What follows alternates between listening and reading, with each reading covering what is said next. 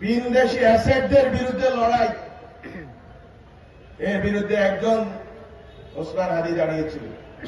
উনি বাংলাদেশের অ্যাসেট, আর বিদেশি অ্যাসেটরা তাকে মারার যুক্তি উৎপাদন করেছে। তাকে যখন মারা হয়েছে তখন সবগুলো নীরব বসে রয়েছে, কোন রা নেই, কোন কথা নেই, সবাই নাটক করতেছে আমাদের সাথে।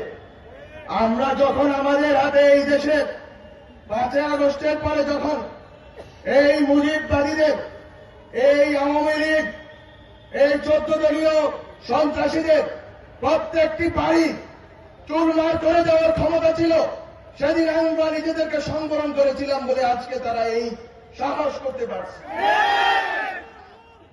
আমরা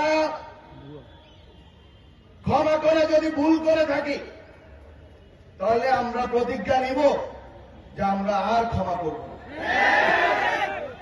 আমরা যদি দয়া দেখিয়ে, আমরা যদি মনে করে দেখেছিলাম যে আমরা এই দেশকে, এই দেশের ভিতরে রাজনৈতিক লড়াইকে, রাজনৈতিক দ্বন্দ্বকে এই দেশের ভিতরে মোকাবেলা করব, যারা এই দেশের বাইরে এই দেশের লড়াইকে নিয়ে গেছে তাদেরকে হুঁশিয়ারি করে দিতে চাই যে যদি এই দেশের লড়াই এই দেশের বাইরে যায় তাহলে এই দেশের মুক্তির লড়াইও এই দেশের বাইরে যাবে।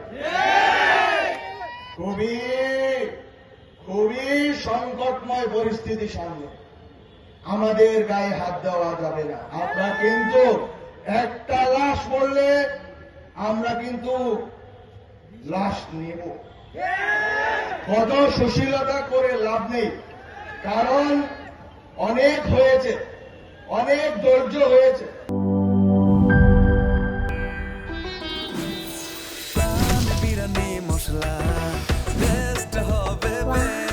প্রাণ বিরিয়ানি মশলা, টেস্ট হবে বেস্ট। প্রাণ, জীবনের স্বাদ।